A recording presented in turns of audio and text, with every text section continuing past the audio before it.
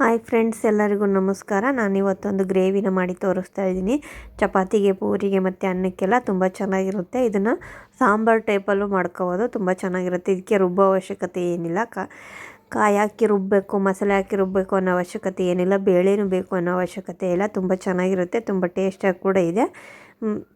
ತುಂಬ ಈಸಿಯಾಗಿ ಮಾಡ್ಕೋಬೋದು. ಹೇಗೆ ಮಾಡೋದು ಅಂತ ನೋಡೋಣ ಬನ್ನಿ. ಮೊದಲು ಒಂದು ಬಾಣಲೆಗೆ ಸ್ವಲ್ಪ ಎಣ್ಣೆ ಹಾಕಿ, ಎಣ್ಣೆ ಕಾದ್ಮೇಲೆ ನಾನು ಸಾಸಿವೆನ ಹಾಕ್ತಾಯಿದ್ದೀನಿ.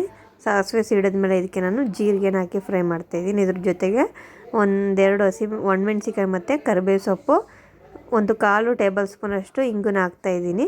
ಇದೆಲ್ಲ ಫ್ರೈ ಆದಮೇಲೆ ಇದಕ್ಕೆ ಕಡಲೆಬೇಳೆ, ಉದ್ದಿನಬೇಳೆ ಹಾಕ್ತಾಯಿದ್ದೀನಿ. ಕಡಲೆಬೇಳೆ, ಉದ್ದಿನಬೇಳೆ ನಿಮಗೆ ಆಪ್ಷನಲ್ಲು, ಬೇಕು ಅಂದರೆ ಹಾಕೊಳ್ಳಿ, ಇಲ್ಲಾಂದರೆ ಬೇಡ. ನೆಕ್ಸ್ಟ್ ನಾನು ಒಂದು ದಪ್ಪ ಈರುಳ್ಳಿನ ಸಣ್ಣಗೆ ಕಟ್ ಮಾಡಿ ಹಾಕ್ತಿದ್ದೀನಿ. ಅದ್ರ ಜೊತೆಗೆ ಸಣ್ಣಗೆ ಕಟ್ ಮಾಡಿರೋ ಹಸಿಮೆಣ್ಸಿಕಾಯಿನ ಹಾಕಿ ಫ್ರೈ ಮಾಡಿ, ಇದು ಸ್ವಲ್ಪ ಫ್ರೈ ಆದಮೇಲೆ ಇದಕ್ಕೆ ಇವಾಗ ನಾನು ಸಣ್ಣ ಕಟ್ ಮಾಡಿ ಎತ್ತಿಟ್ಕೊಂಡಿರೋಂಥ ಹೀರೆಕಾಯಿ, ಅಂದರೆ ಚೆನ್ನಾಗಿ ಸಿಪ್ಪೆ ಎಲ್ಲ ತೆಗೆದು, ತುಂಬ ಬಲ್ತಿರೋದು ತಗೋಬೇಡಿ, ಎಳೆದು ತಗೊಳ್ಳಿ. ಚೆನ್ನಾಗಿ ಸಿಪ್ಪೆ ಎಲ್ಲ ತೆಗೆದು 2-3 ಸಲ ತೊಳೆದು ಇದನ್ನು ಸಣ್ಣ ಕಟ್ ಮಾಡಿ ಎತ್ತಿಟ್ಕೊಂಡಿದ್ದೀನಿ. ಇದ್ರ ಜೊತೆಗೆ ಉಪ್ಪು ಹಾಕಿ ಈ ಎಣ್ಣೆಲ್ಲ ಚೆನ್ನಾಗಿ ಬಾಡಿಸ್ಕೊಳ್ಳಿ. ಕುಕ್ಕರಲ್ಲಿ ಕೂಗ್ಸೋದಾದರೆ ನೀವು ಸ್ವಲ್ಪ ಬಾಡಿಸಿದ್ರೆ ಸಾಕು. ನಾನು ಬಾಣಲೆಲಿ ಮಾಡ್ತಾ ಇರೋದ್ರಿಂದ ಚೆನ್ನಾಗಿ ಫ್ರೈ ಮಾಡ್ಕೊಳ್ಳಿ. ಕುಕ್ಕರಲ್ಲಾದರೆ ಬೇಗ ಬೆಂದೋಗ್ಬಿಡುತ್ತೆ. ಅದಕ್ಕೆ ನೆಕ್ಸ್ಟ್ ಇವಾಗ ನೋಡಿ, ಇದಕ್ಕೆ ಸಣ್ಣ ಕಟ್ ಮಾಡಿರೋಂಥ ಟೊಮೊಟೊನ ಹಾಕಿ ಚೆನ್ನಾಗಿ ಫ್ರೈ ಮಾಡ್ತಾಯಿದ್ದೀನಿ. ನೀವು ಬೇಕಾದ್ರೆ ಟೊಮೊಟೊನ ರುಬ್ಕೋಬೋದು ಮಿಕ್ಸಿಯಲ್ಲಿ. ನಾನು ಈ ಥರ ಕಟ್ ಮಾಡಿ ಹಾಕ್ತಾಯಿದ್ದೀನಿ. ನೀವು ರುಬ್ಬಿ ಪೇಸ್ಟ್ ಮಾಡಿ ಕೂಡ ಹಾಕ್ಬೋದು. ನೋಡಿ, ಇವಾಗ ನಾನು ಮುಚ್ಚಿಟ್ಟು ಒಂದು 5 ನಿಮಿಷ ಬೇಯಿಸ್ಕೊಂಡಿದ್ದೀನಿ. ಇವಾಗ ಹೀರೆಕಾಯಿಯಿಂದ ನೀರೆಲ್ಲ ಬಿಟ್ಕೊಂಡಿದೆ ನೋಡಿ. ಈ ಥರ ಚೆನ್ನಾಗಿ ಫ್ರೈ ಆಗಬೇಕು.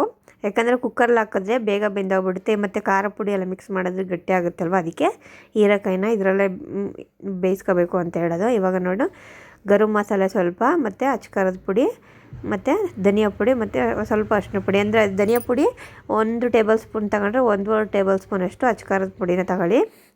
ನೋಡಿ, ಈ ಥರ ಚೆನ್ನಾಗಿ ಮಿಕ್ಸ್ ಮಾಡ್ಕೊಂಡು ಇವಾಗ ಇದನ್ನು ಅಷ್ಟೇ ಖಾರದ ಪುಡಿ ಎಲ್ಲ ಸ್ವಲ್ಪ ಸ್ಮೆಲ್ಲೆಲ್ಲ ಹೋಗೋ ತನಕ ಚೆನ್ನಾಗಿ ಫ್ರೈ ಮಾಡ್ಕೋಬೇಕು. ನೋಡಿ, ಇವಾಗ ಚೆನ್ನಾಗಿ ಫ್ರೈ ಮಾಡ್ಕೊಂಡು ಇವಾಗ ಮತ್ತೆ ಇನ್ನೊಂದು ರೌಂಡ್ ಮಿಕ್ಸ್ ಮಾಡ್ಕೊಂಡು ಇವಾಗ ಇದಕ್ಕೆ ನಾನು 2 ಟೇಬಲ್ ಸ್ಪೂನಷ್ಟು ಕಡಲೆ ಹಿಟ್ಟು ಹಾಕ್ತಾಯಿದ್ದೀನಿ ನಾನು.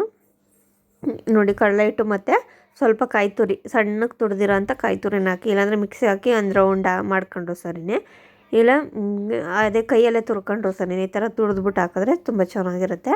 ಇವಾಗ ಇದಕ್ಕೆ ನಾವು ಆವಾಗಲೇ ಸ್ವಲ್ಪ ಉಪ್ಪು ಹಾಕಿದೆ. ಇವಾಗ ರುಚಿ ನೋಡಿ ಇನ್ನೂ ಸ್ವಲ್ಪ ಉಪ್ಪನ್ನ ಹಾಕಿ ಚೆನ್ನಾಗಿ ಮಿಕ್ಸ್ ಮಾಡಿ. ನೋಡಿ, ಇವಾಗ ಎಷ್ಟು ಗಟ್ಟಿಯಾಗಿದೆ. ಇವಾಗ ಇದಕ್ಕೆ ನಾವು ಸ್ವಲ್ಪನೇ ನೀರು ಹಾಕಿ ಮಿಕ್ಸ್ ಮಾಡಬೇಕು. ಕಡಲೆ ಹಿಟ್ಟು ಹಾಕಿದ್ಮೇಲೆ ಗಟ್ಟಿ ಆಗುತ್ತೆ ಅಂತಲೇ ನಾವು ಫಸ್ಟೇ ಹೀರೆಕಾಯಿನ ಚೆನ್ನಾಗಿ ಬೇಯಿಸ್ಕೋಬೇಕು ಅಂತ ಹೇಳೋದು. ಇವಾಗ ಬೇಯಿಸಿದ್ರೆ ಸಾಂಬಾರೆಲ್ಲ ಗಟ್ಟಿಯಾಗಿಬಿಡುತ್ತೆ ಮತ್ತು ತಳ ಹಿಡಿದ್ಬಿಡುತ್ತೆ ಅಂತ ಆವಾಗಲೇ ಬೇಯಿಸ್ಕೋಬೇಕು ಅಂತ ಹೇಳಿದೆ ನಾನು. ನೋಡಿ, ಇವಾಗ ನಾವು ಹೀರೆಕಾಯಿ ಎಲ್ಲ ಮುಂಚೆನೇ ಬೇಯಿಸ್ಕೊಂಡಿದ್ದೆ. ಇವಾಗ ಸ್ವಲ್ಪನೇ ನೀರು ಹಾಕಿ ಚೆನ್ನಾಗಿ ಮಿಕ್ಸ್ ಮಾಡಬೇಕು. ಯಾಕಂದರೆ ನಮ್ಗೆ ಯಾವ ಕ್ವಾಂಟಿಟಿ, ಯಾವ ಹದದಲ್ಲಿ ಬೇಕು ಅಂತ ನೋಡಬೇಕಲ್ಲ. ನೀರು ಹಂಗೆ ಬೇಕಾ, ಗಟ್ಟಿಯಾಗಬೇಕಾ, ಆ ಥರ ನೋಡಬೇಕು. ಚಪಾತಿಗೋ, ಪೂರಿಗೋ, ಇಲ್ಲಾಂದರೆ ಅನ್ನಕ್ಕೋ ಅನ್ನೋ ಟೈಪಲ್ಲಿ ನೋಡಿ ಸ್ವಲ್ಪನೇ ನೀರು ಹಾಕಿ ಮಿಕ್ಸ್ ಮಾಡಿ. ನಾನು ಈ ಲೋಟಲ್ಲಿ 1 ಲೋಟ ಅಷ್ಟು ನೀರು ಹಾಕಿದ್ದೀನಿ. ನಾನು ರೈಸ್ಗೆ ಅಂತಲೇ ಮಾಡ್ಕೊಂಡಿದ್ದೀನಿ. ಆ ಲೋಟ 1 ಲೋಟ ನೀರು ಸಾಕಾಯ್ತು ನನಗೆ. ನೋಡಿ, ಇವಾಗ ಚೆನ್ನಾಗಿ ಮಿಕ್ಸ್ ಮಾಡಿ ಬೇಯಕ್ಕೆ ಇಟ್ಕೊಂಡಿದೆ. ಇವಾಗೆಲ್ಲ ಚೆನ್ನಾಗೆಲ್ಲ ಬೆಂದಿದೆ. ಜಾಸ್ತಿ ಬೆಂದರೆ ತಳ ಹಿಡಿದ್ಬಿಡುತ್ತೆ, ಸೀದಾಗಿರೋ ಸ್ಮೆಲ್ ಬಂದಿರುತ್ತೆ. ಸ್ವಲ್ಪ ಬೇಯಿಸಿದ್ರೆ ಸಾಕು.